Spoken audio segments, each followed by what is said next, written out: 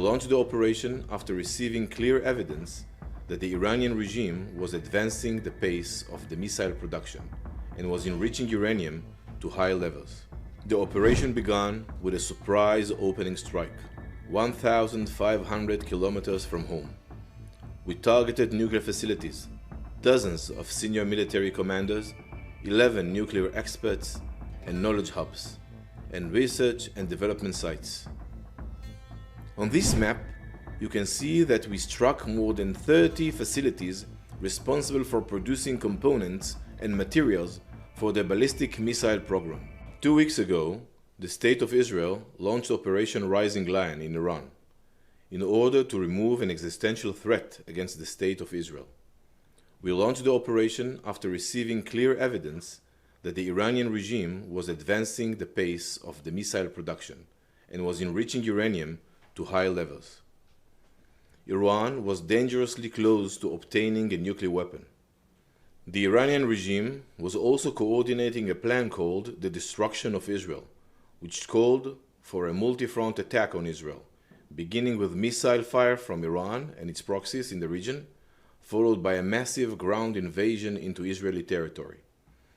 This was not just an idea or a theory, but a concrete, structured plan to wipe Israel off the map. For years, we monitored Iran's actions and worked behind the scenes to delay and stop the threat. This past year, we strengthened capabilities to prepare for the longest distance operation we have ever carried out. As the threats neared the point of no return, we completed the IDF's preparations, secured the home front, and launched the necessary operation against Iran's nuclear and missile programs. We had no other choice. We targeted every layer of the Iranian threat, weakening their abilities and building up our advantages with every strike. The operation began with a surprise opening strike, 1,500 kilometers from home. We targeted nuclear facilities, dozens of senior military commanders, 11 nuclear experts and knowledge hubs, and research and development sites. By doing so, we disrupted all stages of the regime's nuclear weapons production.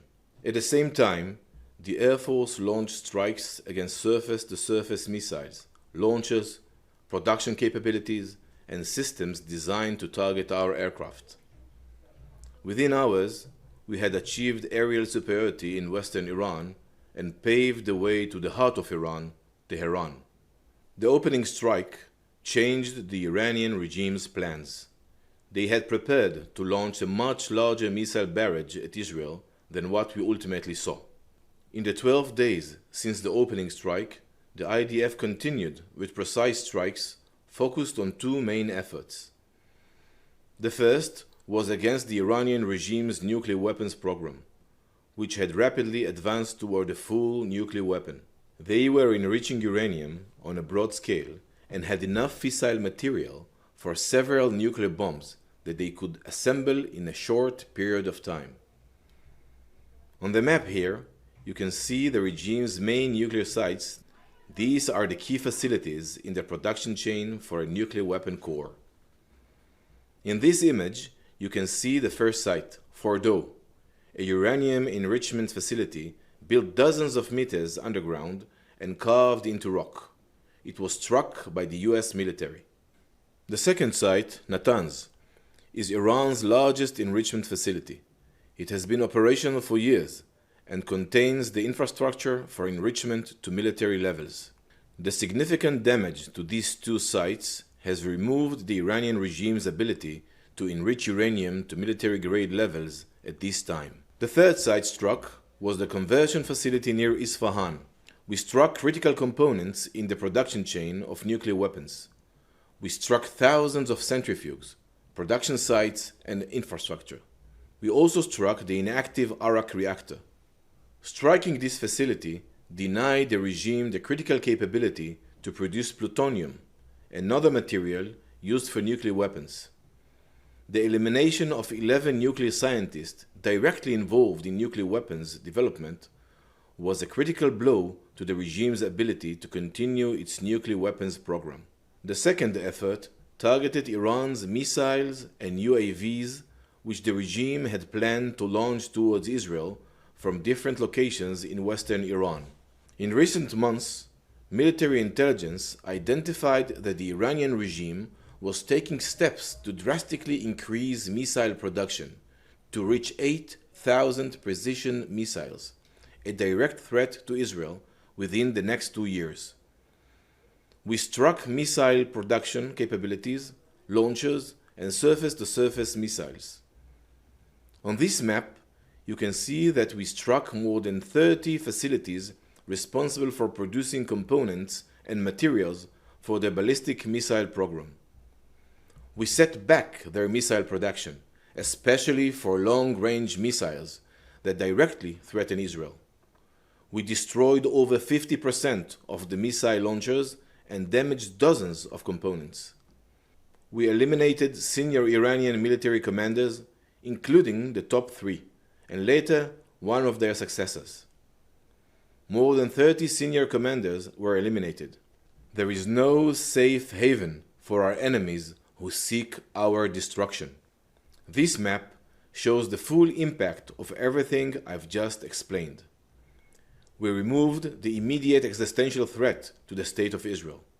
This threat must never be allowed to resurface. We struck the head and its proxies on our borders and beyond. The Iranian nuclear project was struck across all components. The nuclear project has been set back by years. The regime's weapons development and military industry was significantly damaged. Thousands of missiles that were planned for production will not be built. We delivered a deep blow to Iran's missile infrastructure. We had major success in minimizing missile fire toward Israel in real time. In addition to all of this, we weakened Iran's proxies, including Hezbollah and others.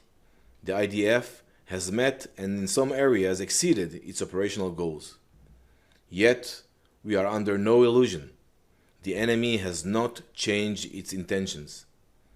Through this operation, we were able to achieve our objective to prevent an existential threat to Israel, the region, and the Western world. Our capability, our determination, and our readiness to defend ourselves are now clear to our friends and our enemies. I wish to express my deep appreciation to our ally and partner, the United States, and to the commanders of the US military. Years of close coordination, built on shared values, have been vital to security across the region. During the operation, approximately 530 missiles and 1,100 UAVs were launched from Iran toward Israel territory. Most were aimed at population centers. The Israeli Air Force and Navy intercepted many of the missiles and 99% of the UAVs launched at Israel, most of them outside the Israeli territory.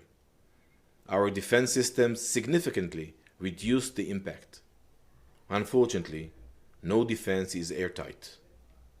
As a result of the attacks, 29 Israeli civilians lost their lives, and many others were injured or lost their homes. The operation's success cannot undo the pain and deep loss we've suffered. We remain alert on all fronts. We are preparing for a variety of scenarios and continuing to operate against Hamas in Gaza alongside our efforts to return all hostages. The mission is not yet complete.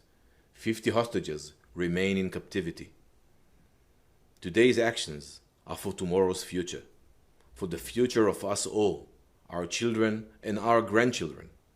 We will continue to stand strong together, and we will prevail. Subscribe to One India and never miss an update. Download the One India app now.